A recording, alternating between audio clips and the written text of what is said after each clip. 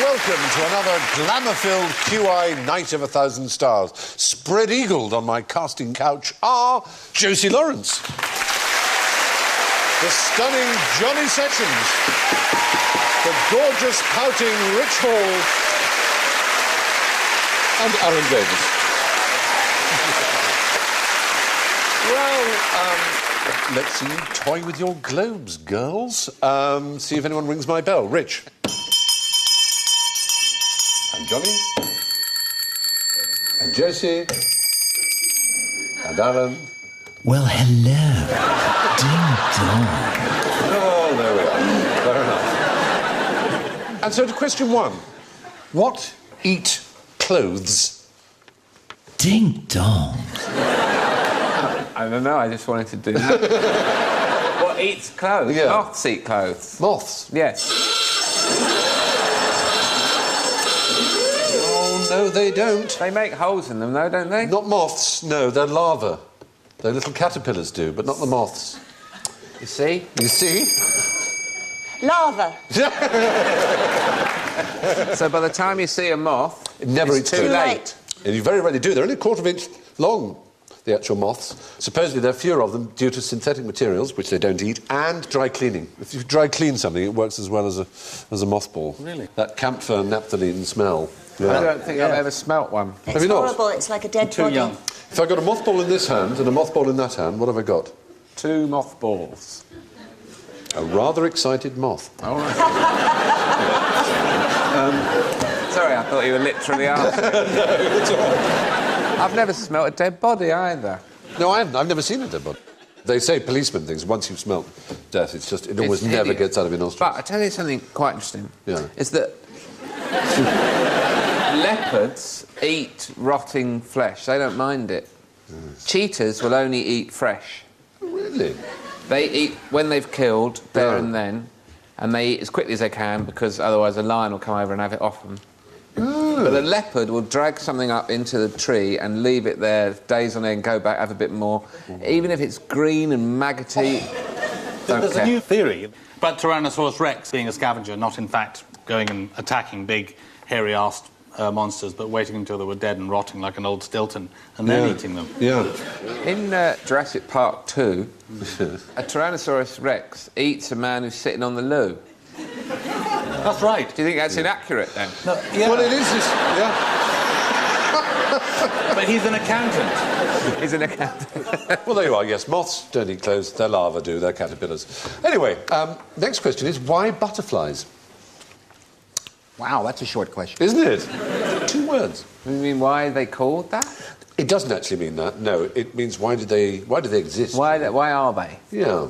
I think it's evil to put a food in front of any bug, to name it like a butterfly. Because I would eat butterflies when I was a kid, because I thought they had butter in them. And honeybees. There are 2 theories as to why... And a hamster.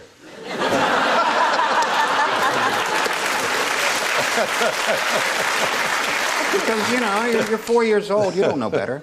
And we were poor. There are 2 theories as to why they're called butterflies. One is that it's from a Dutch word which means excretes butter. There was this theory that they actually shat butter early on. And the other is that it's from Anglo-Saxon, that the most common butterflies in England when the Anglo-Saxons invaded Britain were yellow and were butter-coloured. It's as boring as that. But no, the reason they exist, they're quite a late addition, as it were, to the family of creatures, What, compared to their 70s or closest something relations. like that? When do they start, then, butterfly? They were around when I was a kid. Yes. For 100 million years before butterflies evolved, moths had been around, and it's generally believed that butterflies were kind of an evolution from moths because moths have one big disadvantage. What is it about moths that's different from butterflies? That's the most They obvious go thing? around at the Go night. around at night. Yeah, and they get eaten a lot. Butterflies go in the day. Yeah. And the moths have been eaten a lot by bats. By bats. And so the idea was that the butterfly... That's a bat. Yeah, there's a bat. Seen a moth there. Yep. Well, not seeing, but hearing. Yeah. It's heard a moth. It's Yeah. sensed a moth. Sensed a moth, exactly. Precision of their echolocation is remarkable. But if you I don't put look cotton like a wool in frog. their ears, they're useless. I mean, No, you're absolutely they right. bounce off the wall like Canadian This is how it squash was balls. discovered. It was actually in the 18th century. A French scientist put cotton wool in the ears of bats and saw that they were, and so he posited the idea that they had this extra sense. And then it was poo-pooed, and for 150 years it wasn't reconsidered. And we now know he was absolutely right. But they send out these signals that bounce back, exactly like sonar, only much more effective than sonar. Well, that's why they never bump into you as well at night. That's People right. get so scared of bats and they go like that, but they would never, ever bump into you. They'd always move I on. saw David Attenborough being interviewed, in which he said he once did a piece to camera for Life on Earth or something about bats, saying one thing that's never true about bats is you never get them caught in your hair. It's never true. They have such accurate bats. Stephen, can I tell you something about David Attenborough? Because he is my god. Ages ago, they're doing a column in one of the papers. Who would you most like to be like? And so I said, David Attenborough. I love the career he's had. I love his wisdom. I love his sense of adventure. And a couple of weeks later, the article came out. It was actually, who would you most like to look like? There's a lovely picture of me next to David, and then, like, Toya Wilcox next to Audrey Hepburn. Little humour to go from David Attenborough to Richard Attenborough, and when he was directing the great Ben Kingsley in Gandhi. You probably know that I think there were maybe 1 million, possibly even 2 million extras during Gandhi's funeral, and the first assistant, the very famous and redoubtable David Tomlin, was told by Sir Dickie Attenborough to instruct the crowd as to how they may react. And he said to David Tomlin, I want you to convey to them, David, that Gandhi's died, and it's an extraordinary event, darling, an extraordinary event in the whole history of India, darling, that Gandhi is gone, that their god, their national hero is gone. So David Tomlin turned to the crowd and he said, right, listen up. Gandhi's dead and you're all insane. Excellent. Very good. Hey, I don't have an anecdote, but I have a joke. Go on. They're much better. We're open to jokes too. These 2 vampire bats in a cave, been flying around, and, you know, they like blood. Haven't had any in a while. One of them goes out on a recon, comes back, face just covered in blood. The other bat's beside him, so he says, wow, what happened? And he points to this village, the bat, well, he flaps to it. You know, he says, see that village over there? And the other bat says, yeah. See that steeple? Yeah. I didn't. No, so moths had to devise strategies to beat the bat. And some of them evolved to hear the bat's echolocation screeching, which humans can't hear, as you know, it's very high. And other ones decided to live during the day, and they became butterflies. Now, moths are all right at night. They like being in the dark. They like living in clothes in cupboards. Yeah. So what is this thing they have about candles and Isn't it mad? I agree with you. the light in the porch, There you for are. example? You're a Mad for nocturnal that. animal, and you're attracted to light. Well, then get up in the morning. Get You'll up. have lots of it. Another question. Compared to bats, do owls ring any bells? Josie's ringing a bell? Yes. Well, it's like what we've just been talking about, I think. It's something to do with sonar. You're absolutely right. Why not have a point? Oh, thank you. When it was they first tried to experiment with how bats could see so well in the dark. They put owls and bats in a very, very dark room with some bells hung from ropes. And if it was slightly low light, the owls could see well enough to avoid the ropes. But if it was pitch black, they would fly into the ropes because they couldn't see them. Whereas the bats, if it was pitch black, just flew around and didn't ring any bells. And so that's how it was first seen, that bats could completely manoeuvre in the dark without bumping into anything. So the flatter an owl's face, the bigger a bell it's run into. Yeah. Yes, probably, exactly. That's why it's called an owl. They are... Ow! I have an Arga. Yes, I know, I should be shot, but I do. And it kept going out. And I got the Arga person to What, come down and the look shops? Or... You're out shopping and you see your Arga. You rush over and just as you get there, it's not there and you keep losing it. So the Arga man kept coming and he kept saying it's perfectly fine. And it kept going out again. So eventually he said, I've got to stay overnight, he said. This wasn't, come on. Just saying. Because he would come during the day, light it was perfect. In the morning, I'd ring him up and say it's gone out overnight, and he couldn't work it out. And what it turned out was it was an owl would roost on the top of the cowling of the flue, because it liked the warm air up it or whatever, and it would cover itself over it, and it would block it out and stop it. So it's a safety device if you block the chicken. The chicken? If you block it... the chimney of an argument goes out. Anyway, that's my owl Argus story. Wasn't worth telling. I'm pissed. Never mind.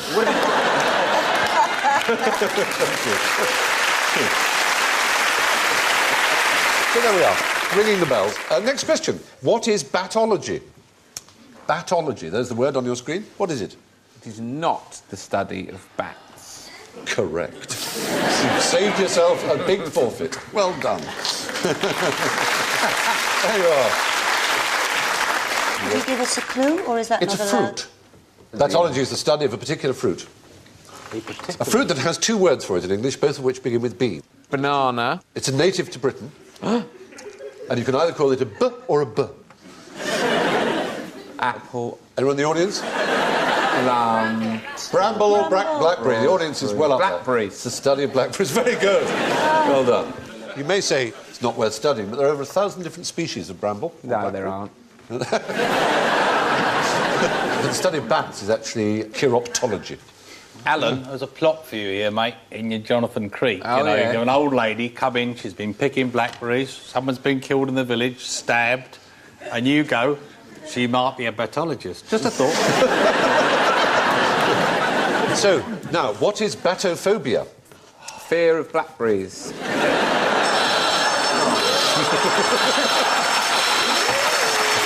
Oh, dear. I'm sorry. You ought to be right. You ought to be right. Surely no one's ever had fear of blackberries. Quite exactly, so it isn't. Now, batophobia is actually it's a fear of being close to tall buildings. Panic attacks, irregular heartbeat, sweating, nausea, and an overall feeling of dread. I've got it. Yeah. Other phobias like that are bathyphobia, the fear of depth, Alan. The fear of profundity of any kind. No. What is batology? Batology, spelled thus. Batteries, the study of batteries.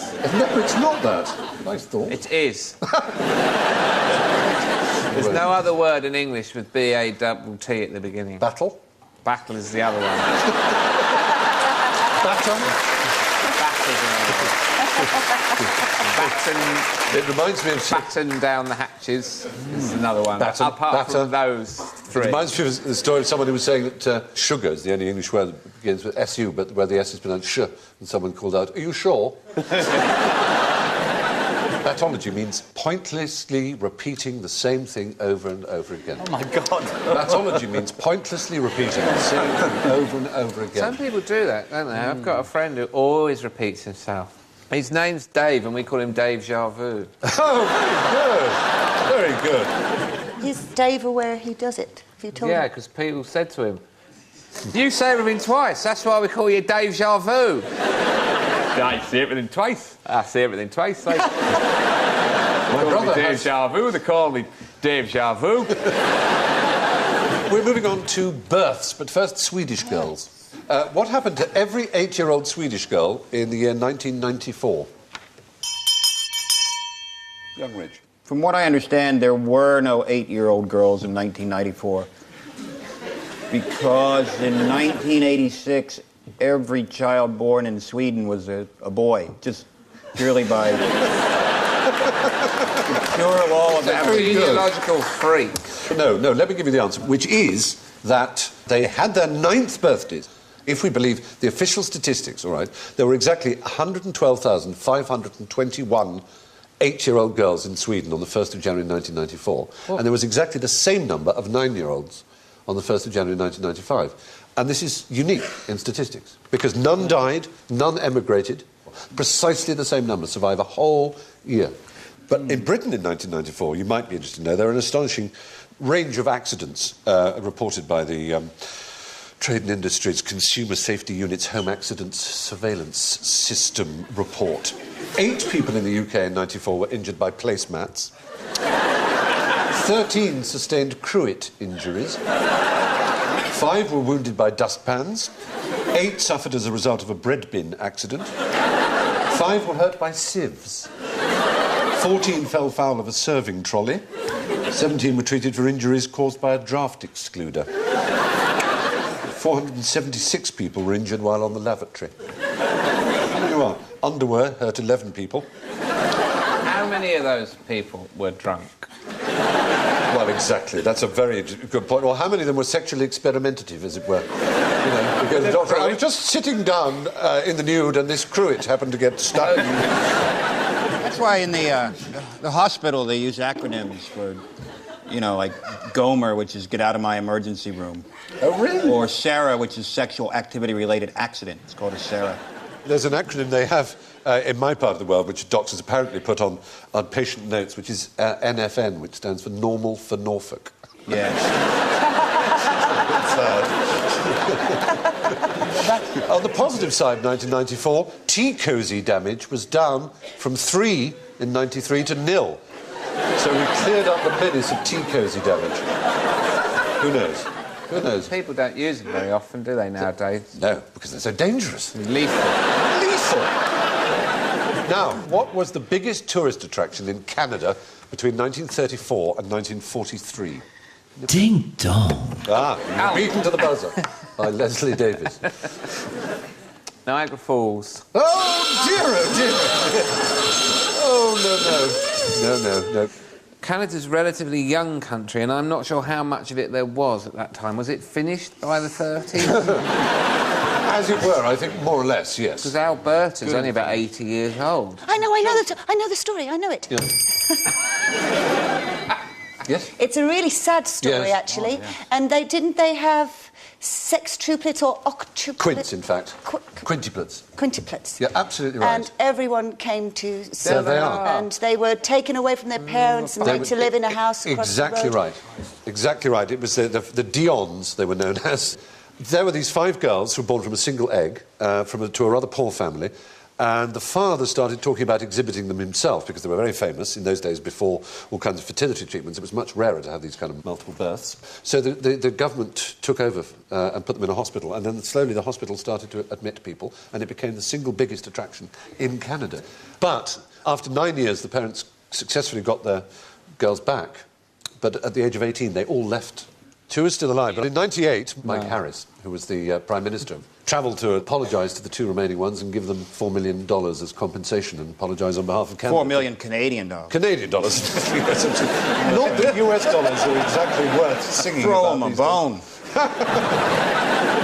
Alan, question for you. Name all the events at the first recorded Olympic Games in the year 776 BC. Discus. Have another go. Javelin. No, try harder. Hammer. Oh, dear. No, I think that way madness lies. Running. Yes, running is the answer. Running, there's It's running. just one race. Just one race. And if you get the distance, I will be astonished. 200 metres. That's damn close. It's unfair. It's very unfair. I think you've taken enough forfeits because there was just one event and it was 192 metres. Which is the modern equivalent. It's a stadium, which is the length of the stadium. And that was the only race in the first Olympic Games. That was the Olympic Games. The first recorded one. Yeah. But they later developed, and indeed included discus and javelin and all wrestling and boxing and all the things you've mentioned. But unfortunately, the first recorded one was just one. When was the first recorded one? 776 BC. Now, the next question, which is a subsidiary to this first recorded Olympics, is what was the naked chef doing there? Ding dong. Yes. Is that a response to the buttocks or Yeah, the fine pair. for war? Naked cooking for the athletes. No, not quite. Preparing meals for the judges. Selling food to the audience. Won the race. Yes, quite right. The winner was a cook. Yep. His name was Coroebus of Elis, and he was a cook, and like all the contestants, was naked. They all ran in the nude. All ran in the nude. In the How nudie. wonderful. Even the trainers. I would like to have seen the triple jump. What about the pole vault? Oh, don't. Coroebus, of course, won by a short head. No, after his final spurt. No, shut up. Now, why is a marathon 26 miles and 385 yards long? I feel a trap coming. There's an utterly preposterous myth that it is the distance run from the Battle of Marathon back to Athens. The myth is that it was a man called Pheidippides Yes. who actually conducted the run to convey the news Yes. of the battle. Yes. And in fact, it was the Battle of Snickers, not Marathon. Exactly.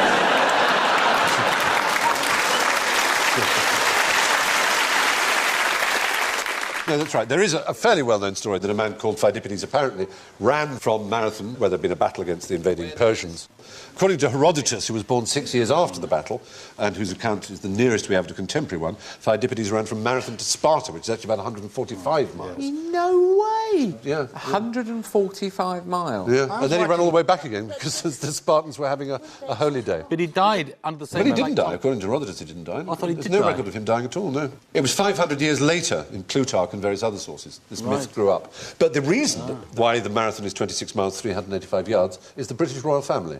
Is it the distance from Windsor to St. James? Not Windsor to St James, but you're absolutely on the right lines. In 1908, there was Olympic Games held in London, and the marathon started outside a window in Windsor Castle, and half the royal family sat at the window going, "Oh, well done, go on, man, what fun," and they started. And the finish line was at the newly built White City Stadium, and it was exactly 26 miles, 385 yards, and for every Olympics afterwards, that was the settled length. Now, we pay our traditional visit, ladies and gentlemen, to the exam hall where all the candidates are writing with the wrong end of the pencil. It's the School of General Ignorance. So fingers on buzzers, turn over your papers, and let's begin. Where were the first modern Olympics held? Still on Olympics? Yes. 1896 was the first year, Yeah. and I believe it was Athens. No. It's not correct, I'm afraid. No. Was it in Greece, though? No, it wasn't in Greece. I'm sorry about that. No. Was it London? No, you're in the right country, though. Damn. If you've got the place, I'd be very surprised. Johnny might, if I were to say A.E. Houseman, you might get the place. Salisbury. Nope. Shropshire. Shropshire is the right answer. Shropshire, Edge. Much Wenlock, as in on Wenlock Edge. Wenlock Edge, go The on. town of Much Wenlock from the year 1850 held Olympic Games. It's an extraordinary man called Dr. W.P. Brooks. 1896 was the first Olympics. And so people suggest, but Baron Coubertin, who was the founder, supposedly, of the modern Olympic movement, and he wrote about W.P. Brooks. Much Wenlock is a town in Shropshire, a county on the borders of Wales, and if the Olympic Games that modern Greece has not yet been able to revive, he wrote this in 1890, Coubertin, still survive today, it is due not to a Greek, but to W.P. Brooks. It is he who inaugurated them 40 years ago. And it is he, now 82 years of age, still alert and vigorous, who continues to organise and inspire them. So Coubertin came to Wenlock Edge, and he, being a baron, having influence and political connections, was able to do what this little country parson was not able to do, which was to get the rest of the country, the rest of the world. But King George I of Greece, of the Hellenes, sent a silver medal to be a prize at the Wenlock Olympics. So for 46 years before the first Athens Olympiad, as it's counted, there were Olympic Games that are recognised by the very man who is known as the father of the Olympic movement. Gosh. So let's hear it from That's W.P. wonderful. Brooks. But he died just a year before the Athens Olympics. So there we are. 2012, Hackney. Yeah, could be, couldn't it? Could be Hackney. Could be. Nothing Yep. wrong with Hackney. What I a live in shithole. Kayaking down the Lee River. I used to live in Hackney. You can develop film in the Lee River, but you can't kayak down it. Now, here's a question. Why was King Charles XIV of Sweden ashamed of his tattoo? It's Dudley Moore, isn't it? Charles XIV of Sweden. Well, because Bernadotte, one of Napoleon's have the right generals, answer. went to become king of Sweden, He did. and did Charles XIV, was that Bernadotte? It was. And he had a tattoo, "I love Napoleon," on his No. arse. No. No. He wasn't appointed by Napoleon. He was actually appointed by the ailing Charles XIII. Napoleon regarded it as a joke. But Bernadotte had been a young revolutionary, a Jacobin. And he had a tattoo that said "Death to Kings" as a young man. Wow. Then he was adopted by the old King of Sweden, Yes. Charles XIII, became Charles XIV, Yes. and was incredibly successful and completely backed away from France, had an alliance with England, The Great and with Coalition, Russia, yeah. invaded Norway, became King of Norway as well, and the Bernadotte family still rules Sweden. Yeah. They are still the kings. This, Very this confusing that revolutionary. period because, I mean, Napoleon had Irish generals. He even had a Scottish general. Yeah. You know just because you came from somewhere, you didn't have to fight for their army. No, indeed. Here's a question. Which Scandinavian king might you have in your mobile phone? Johnny? Gustavus Adolphus? No. King Nokia. No. No, it would be King in a- Ericsson. No, yes, I mean... King Motorola. No, actually, in it, not as a make-off. King Sim. No. There was a King Harold who had a nickname. Bluetooth. Thank you. Bluetooth is the answer. Harold Bluetooth was the king. I was so excited to get that right. He united Finland and Sweden and Norway, and when Ericsson and Nokia and all the others you mentioned were thinking of a unified approach to wireless connection between mobile phones, they called it Bluetooth in his honour. Oh, really? Because of him? Actually named Harold after Bluetooth. him? Yeah. We have the last question. What do St Bernards carry in barrels around their necks? Brandy. Johnny Rodney Woo! No, never had. Armagnac. It's a myth. Cognac is a kind of brandy. It's just not a cognac. They never use casks in rescue work. Brandy, after all, would kill someone with hypothermia. Yes. They just do it for tourists. It's because of a painting in 1831 by Landseer. That's not the painting, incidentally, but... very good. Just done for tourism. The dog painted by Landseer was called Barry, and he was very handsome, and he'd rescued 40 people and was something of a hero. Unfortunately, he was killed by the 41st person, who thought he was a wolf. Oh, that's terrible. But in his honour, the handsomest St Bernard is always called Barry at the St Bernard Hospital. So why was Barry painted with a barrel round his neck, then? Occasionally they would carry milk and things like that, but certainly not brandy. Was St. Bernard a patron saint of skiers who need some brandy? Well, it's a pass, isn't it? It's a pass between Italy and I tell you what is a Switzerland. really good patron saint, to put, and it works, is St Anthony, the patron saint of lost things. Yeah. If you lose something in the house and you just say, please, St Anthony, will you help me find this? I guarantee, because it's happened with me with keys and everything, in about half an hour to an hour, you find whatever... Bullshit! It's not... I'm sorry. Something tells me it is so much arse. Anyway, that's it, ladies and gentlemen. It's time for the bittersweet business of the scores. And here we are. I will have to go, I fear, in order of first to last. And tied in first place are Josie and Rich with 4 points. How about that?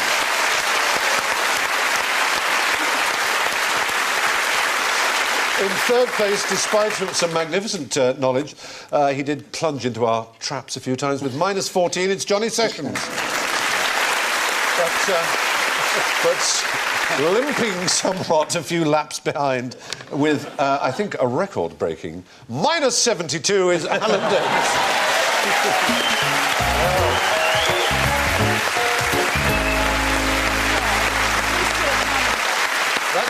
That's all from Rich, Johnny, Josie, Alan and myself. I'll leave you with this quite interesting thought. Good night.